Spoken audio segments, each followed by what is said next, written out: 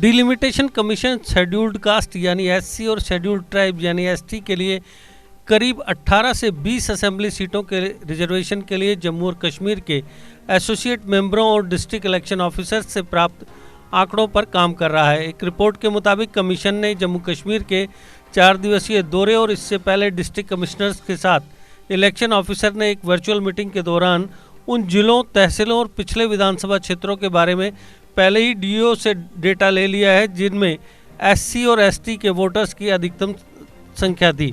सूत्रों के मुताबिक कमीशन के 5 में से 2 एसोसिएट मेंबर्स ने भी डिलिमिटेशन कमीशन को अपनी दलीलें सौंप दी हैं।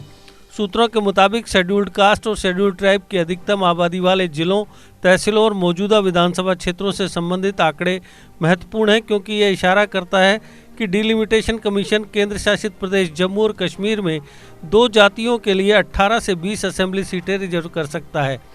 सूत्रों के मुताबिक डिलिमिटेशन कमीशन अगली बार एसोसिएट सदस्यों से मिलने वाला है, लेकिन ड्राफ्ट रिपोर्ट को अंतिम रूप देने और प्रपोज्ड रिजर्व्ड निर्वाचन क्षेत्रों के लिए उनकी राय लेने के लिए डेटा के संकलन के बाद ही 18 से 20 सीटों के हिसाब से कमीशन शेड्यूल कास्ट के लिए 7 से 8 सीटें और शेड्यूल ट्राइब के लिए 11 से 12 सीटें रिजर्व कर सकता है, जबकि ऐसी सीटें केवल जम्मू डिवीज़न में ही रिजर्व होंगी क्योंकि कश्मीर में उनकी कोई आबादी नहीं है।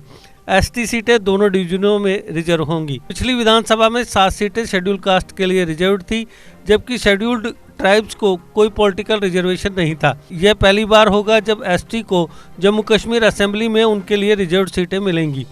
शेड्यूल्ड कास्ट के लिए रिजर्व 7 सीटों में जम्मू डिस्ट्रिक्ट में छंब, दोमाना और आरएसपुरा, कठुआ में हीरानगर, उधमपुर में चनैनी, सांबा और रामबन शामिल हैं।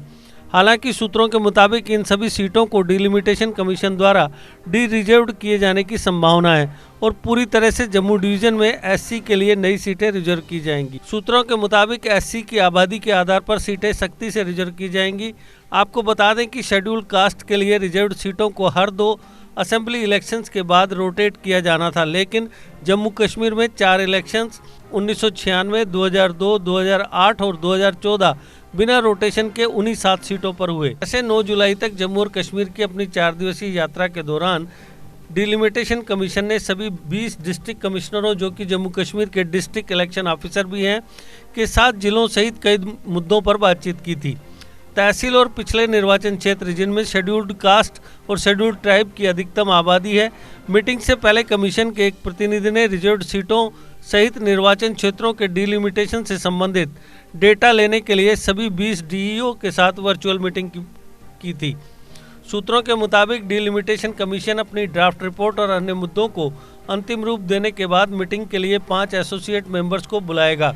कमीशन ने इस साल फरवरी में नई दिल्ली में 5 एसोसिएट मेंबरों को एक मीटिंग के लिए बुलाया था, लेकिन उनमें से केवल 2 ही आए थे, जिनमें प्रधानमंत्री कार्यालय में केंद्रीय राज्य मंत्री डॉक्टर जितेंद्र सिंह और जम्मू पुंछ संसदीय क्षेत्र से लोकसभा सांसद जुगल किशोर शामिल थे। दोनों भाजपा सांसद हैं।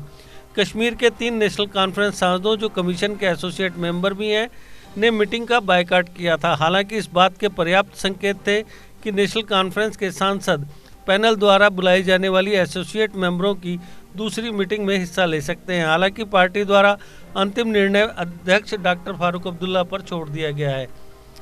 एक बार डिलिमिटेशन प्रोसेस पूरी हो जाने के बाद जम्मू कश्मीर में असेंबली सीटों की संख्या 83 से बढ़कर 90 हो जाएगी। असेंबली की 24 सीटें खाली रहती हैं क्योंकि वे पाकिस्तान के कब्जे वाले कश्मीर यानी पीओके के अंतर्गत आती हैं। जम्मू और कश्मीर को रीऑर्गेनाइजेशन एक्ट के माध्यम से 2 केंद्र शासित प्रदेशों में विभाजित करते हुए यूनियन होम मिनिस्ट्री ने जम्मू और कश्मीर की असेंबली सीटों को 7 सीटें बढ़ाकर 114 कर दिया था, जिनमें से पाकिस्तान के कब्जे वाले कश्मीर के लिए 24 सीटें रिजर्व हैं, जबकि इलेक्शन 90 सीटों के लिए होगा। तत्कालीन जम्मू कश्मीर राज्य में 111 सीटें थी, जिनमें 24 पीओके के लिए रिजर्व थी, जबकि इलेक्शन 87 सीटों के लिए हुए थे। केंद्र शासित प्रदेश के रूप में लद्दाख के निर्माण के साथ क्षेत्र की 4 सीटें कम हो गई और असेंबली 83 सीटों के साथ रह गई। हालांकि 7 सीटों की बढ़ोतरी के साथ जम्मू कश्मीर केंद्र शासित प्रदेश में 90 सीटों की असेंबली होगी। सदन में पहले की तरह 2 महिला विधायक नॉमिनेट होंगी। पिछली असेंबली में कश्मीर में 46, जम्मू में 37 और लद्दाख में 4 सीटें थी।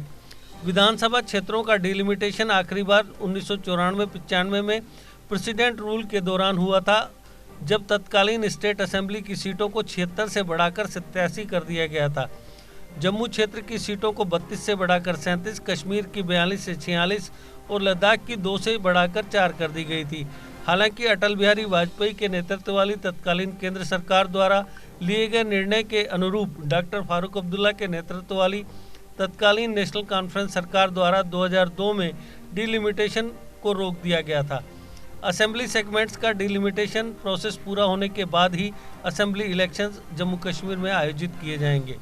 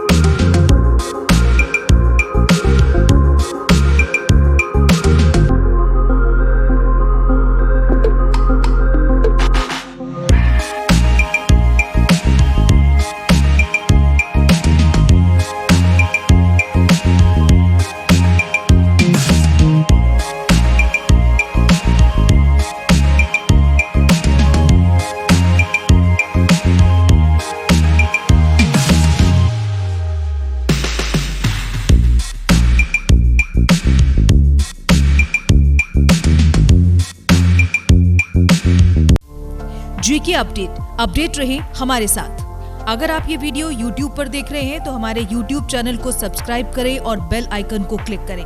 अगर आप ये वीडियो Facebook पर देख रहे हैं तो हमारा Facebook पेज लाइक जरूर करें। For advertisement please contact 705-109-1811।